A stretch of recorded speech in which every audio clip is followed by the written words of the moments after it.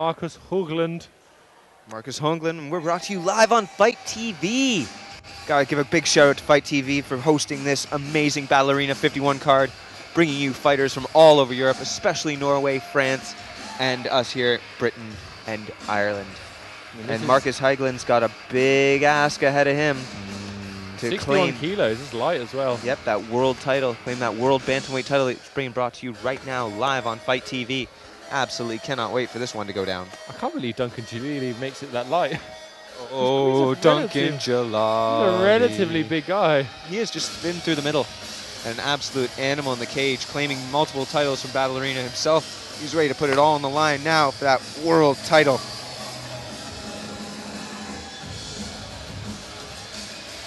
But everyone that's come from Norway has really brought it today, so we're going to be seeing a whole host of different techniques and some really high-level MMA momentarily.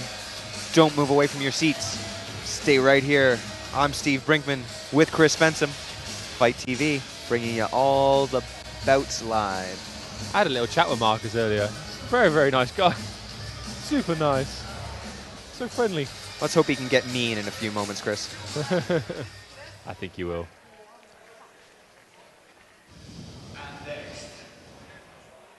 Allow me to introduce his opponent to the blue corner, Duncan Djillali.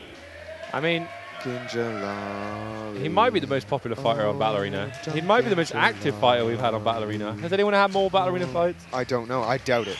Definitely not. I doubt it. He comes out, he's waving the England flag, and we know why. He's representing strong and proud here. Duncan Djillali coming in, ready to lay that strap that's on his coach's shoulder on the line. It's not just enough for Duncan Djillali to win a title, Chris. He's got to defend it multiple times. He's one of those fighters, and like, he's called me on this. I pointed this out before. He's a volume striker. He hasn't had huge knockout power, but we've seen him just outwork people, well, kind of Diaz brothers style, just pot shot, pot shot, pot shot. So active, never gets tired. And I follow him on social media, and he's doing so much strength and conditioning, so much training. He's the consummate professional athlete. He is. He really is. He's always looking to add new dimensions to his game. So, are we going to see now, 4 months later or so, a different Duncan Djillali? Very possible, Chris. Is there going to be more power in those punches and kicks? Is there going to be more grappling strength? Obviously, we're training across energy systems in MMA, so it's going to be a bit Got some new tattoos, maybe. A little bit more. Always get new tattoos, obviously. Every win, got to get it tattooed on. Yeah, I think as well with MMA, your opponents are going to study tapes. If you're as active as Duncan, there's a lot of data out there on you. Then that's going to give his opponents, his opponent's going to know his favorite combinations and things like that. So you have to add in extra tools between fights. You have to throw some stuff at the other guy that he's not expecting. I like the way Duncan mixes up levels. I love his approach. And obviously, you know, we don't know nearly as much about Markus Hægland, but we have been very, very familiar with Duncan Djillali. So will it be more of the same Djillali, or will there be something a bit different? Is there something a bit special planned from the Dunstable standout tonight? The reach on the bantamweight fighter.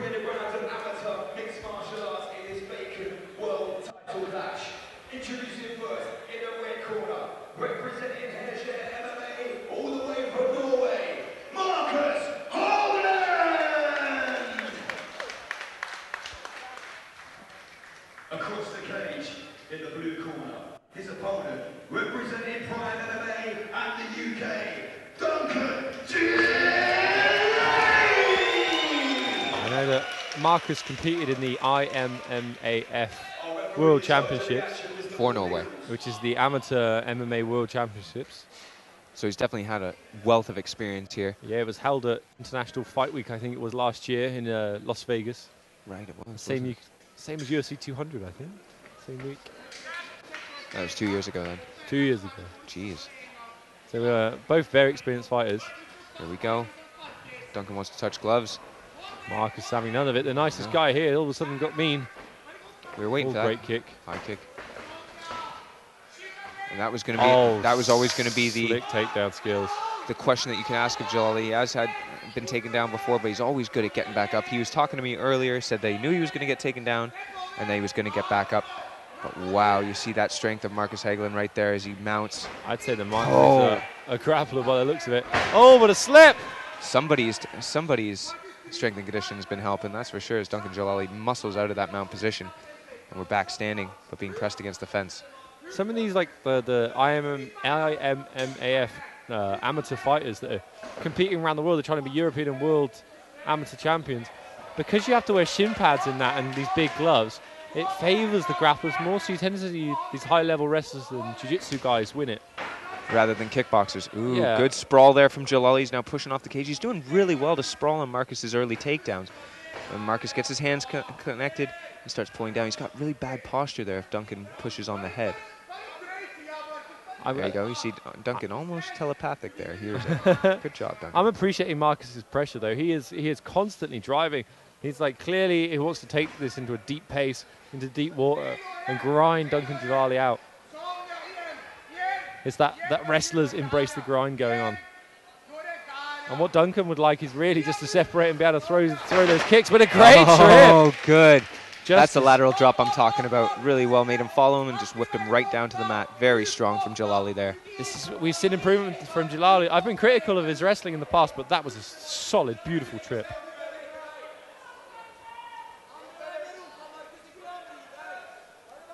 Now, how will Markus do off his back? He's looked really, really strong from the top position, but sometimes really good grapplers, they're just not on their back very often. They can struggle. Good work from Duncan. Can he get a guillotine? Great job getting back to his feet. Oh, another big trip straight to knee on belly. One. That's how you do it. Lovely approach. Duncan Djillali to be a little bit careful in these kind of positions where maybe Markus will be looking for submissions. You see how he's holding on to those arms. He's looking for an armbar straight away. I called it. Wow. Duncan's, I think he's got his elbow out. Wow. Beautiful transition, very slick. But a great armbar as well. I've got to give Markus credit for that. Solid transition. I did see it coming, but... He's starting to telegraph those takedowns. You saw him just bring his arms down like almost like a airplane trying to land. Well, I would say that Duncan is the better striker, or is looking like the better striker, and Markus clearly wants the kind of wrestler's grind. Always crisp and relaxed is Duncan Djillali, and he sprawls again.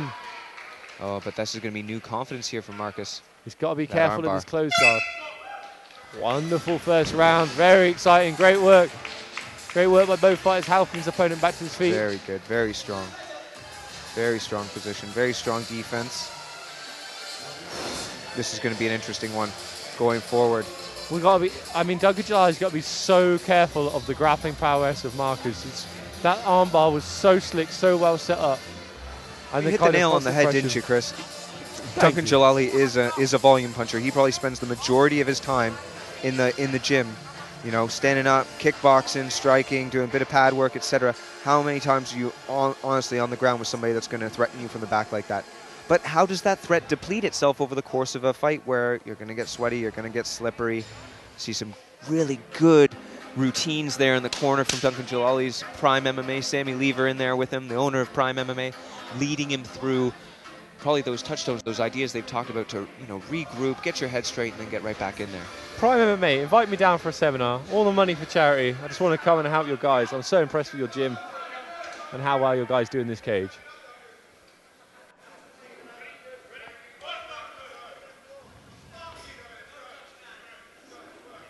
Markus not interested in the glove touch. Inside leg kick. Oh, lovely. It's getting him flustered, is it? Boom. Oh, he's coming with power of his own. Ooh. It's getting interesting now. Eyes are wide there from Markus Hægland. Duncan Djillali's he's just so big for this weight. I'm impressed that he can make this cut at all. Oh, lovely timing, but he messed up. It looked like he's kind of going for a spinning, rolling, something exciting, but it didn't. He's got head position, does Markus Hægland. Can you get a single leg and dive under and flip them over you? Is that a thing? I don't know if he was just looking for him to follow or trying to do some sort of shin-to-shin stuff. Yeah. I'm not sure if he was really getting this complicated. Big knee up the middle. Markus is pressing, but Duncan with a trip, a lovely another trip. We haven't seen this from Duncan, this high-level trip game. This is the third one. I'm really liking this. And against Markus, who's clearly a good grappler, and he keeps just taking him down with his little trips. It's one of those things that's good if you've got long legs. I'm seeing the setup right now in Markus's technique. He's reaching to one side and then going the other side for the armbar. He's setting up very, very well. Look at that control. He's doing it in a very classic way, really. He just kind of basic jiu-jitsu way, but he's doing it really, really well. And once again, you look at the angles. And what Duncan needs to do is every time Markus angles off, just needs to follow him round. So he's always straight on, which he's doing great. And now I would look, when he opens his guard, I would be looking to stand up and look for a pass. He's so dangerous off his back, you can see that. Constantly looking, but these are points that are just slipping through your fingers, Markus Hægland, because this is not the position you want to be in. Yeah, and he's not doing enough with these. In the first round, he was very close, but in this position, he's not doing enough to get the score from the judges. The judges will just see Duncan on top, staying square and landing punches. But here, his guard's open. That's what I want to see from Duncan, is him stand up. Now look to pass or let him up. Perfect. Great strategy. I think we're seeing Markus shoot again. More volume, especially if he gets hit like that. Oh, and again, Duncan landing jab after jab. Well, Markus really telegraphing coming in now. Oh, knee went to the body down the middle. He's got to be careful with those knees that they don't glance off the head. It's the problem with those long legs. A bit of gamesmanship there. Fake high, fake logo high.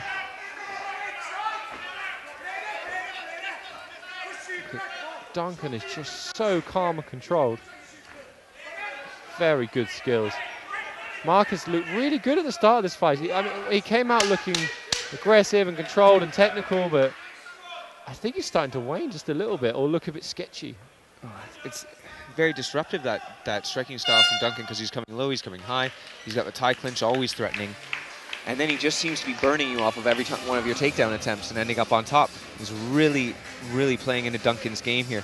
They've got to regroup and establish something else here in the Markus Hægland corner. But Duncan Djillali's corner, they must be very pleased with that second round performance. He's come back, he's done just what everybody wanted them to do. I'm sure he's very pleased. Yeah, I think with Duncan, we just need more of the same now. And I think that closed guard of Markus is really dangerous. He's constantly looking for submissions. I think every time he opens his legs to try and get an angle, Duncan should be using that opportunity to posture up, stand up, and then beckon him back to his feet, or just throw his legs to the side and try and get a pass off of it. Don't sit there in that dangerous closed guard, because that armbar in round one was super close and super well set up.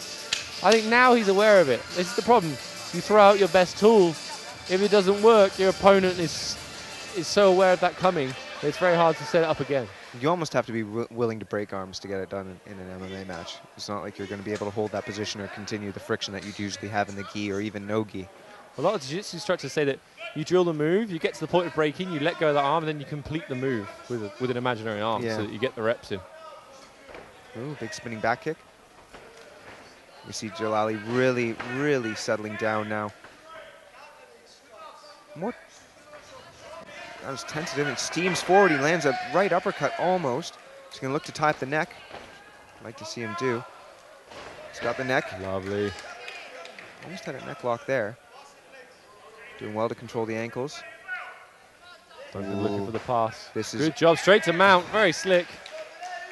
We have seen this is Duncan Djillali like 3.0. I remember seeing Duncan lose. He's like the iPhone. I saw him lose a very close decision in Oxford where he's very frustrated, but Markus was looking for his foot. Well done. Be careful with that. Yeah, he stripped out a single leg X really well there. Yeah, I saw Duncan lose a fight in Oxford very close, and it was because he just got a little bit out grappled. And this is huge improvements in Duncan's game. Just leaps and bounds better in the grappling department. And then he gets a good looking grappler, although his arm is in there. That was deep. I think he had the angle on it, so it wasn't too bad. Did. Djillali passes. Arm. I hate to say it, Chris, but if I was in Djillali's corner, it's got to be looking for a finish now. This Markus is going to be dangerous for a while. Yeah, he's just lightning submissions, but arm triangle. Lovely. Very good step over. He's unlucky to get caught. He's using his free leg to try and loosen up that half guard so he can step out completely. Markus is in a lot of trouble. He's trying to use the hand. That's a desperation move. If Duncan can slip out, this could all be over. If he can put his head on the mat, what he's doing, very well done. Just a little bit high. Oh, just let it go. It was just the shoulder was too high. That was intelligent because he didn't gas his arms out, holding on to a submission that wasn't quite there. But then Duncan, he lands big shots. 2 shots up the chin. Djillali's calmed down. He's kicking the body. He's really... shot sneaking through. I know Djillali wants this finish bad. He wants to put an exclamation mark on his career in Battle Arena. exclamation point on what it takes to be a Markus world shoots and then champion. pulls. Again, it's almost timid. If you're going to shoot and pull, you've got to have a really dynamic game. And I mean, Markus has been throwing up 2 very close armbars, so maybe it's not the worst strategy in the world, but I'd like to see him, you know, set up a little bit more. Like, he's looking for that arm again. Look, he hooks under the leg, and that's what gives him the angle so easily. I don't know if he's looking for an armbar or a sweep now. Yes, that's very, very intelligent from Duncan there, standing up out of the guard as soon as he feels it open. Now he's going to look to pick him apart on the outside. Punches in bunches. Oh! That was lovely. Very Anderson Silver-esque. Oh! Steams forward. That was good work from Markus to shoot then. That was the perfect Very thing to good. do. Very intelligent move there. And now he's probably just going to... Wow. Oh, he was definitely rattled. He was wobbled by that punch. It was a 1, 2, 3. Incredible. Incredible. Really good work. Really intelligent work there from both fighters. Markus to eke out the last 10 seconds or so of the round. And all you have to do is look back to Djillali letting go of that arm triangle. Though I reckon he probably could have finished it. We have to look back at that one. I thought he was in the perfect position. I thought he let it go a little bit early. No, his shoulder was over his face, not his neck. You know, sometimes in an arm triangle, you want to go to the side, then you want to shimmy down and come back up to elevate their chin. And I think it was just too far over the chin, and especially when we're a little bit sweaty. And I think it was the right thing to do, not to gas your arms out, especially with such a volume striker like Duncan. He needs to have some pace in his hands, so only he will know how close it really was. Markus is so dangerous. I mean, Duncan is probably comfortably winning this fight by my scorecards, but we've got to be so, you know, one wrong move and Markus can catch you one of those lightning fast submissions.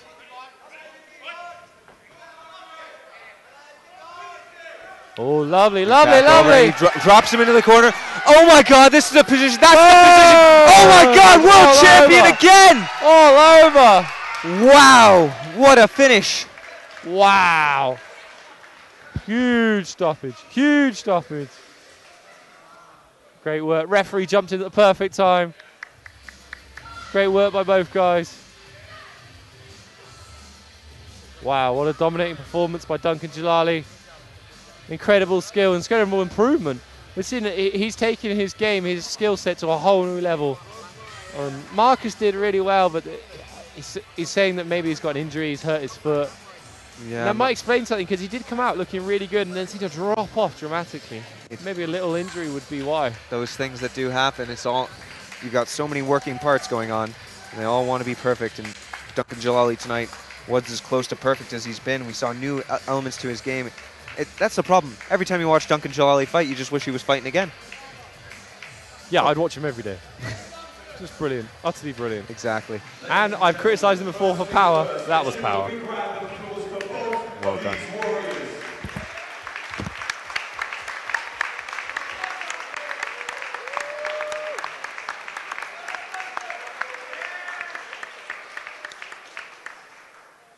However, ladies and gentlemen, our referee stopped the action at the 8th second in the 4th round. And the winner, by way of TKO in the red corner, Markus Hægland! Duncan Djillali! Duncan Djillali!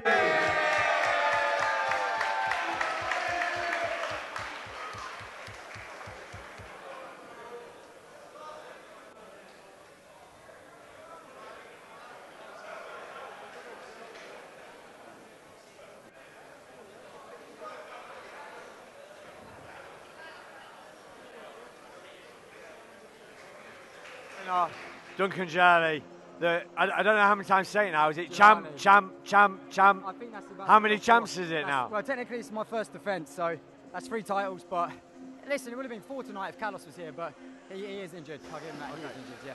Cool. So how are you feeling after that performance? Yeah, I know you wanted to start a little bit faster. Do you think you did? Yeah, this is how I fight in the gym. I move forward, I strike. My hand's my best aspect. Every time I fight, it just takes me a round or two. I have doubts in the changing room.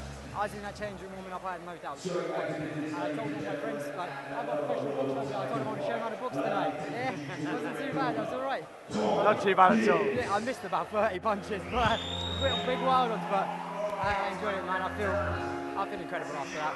I got politely called out by 2 guys tonight, George Gruner and Maxim. I said get into the tournament, 8-man tournament.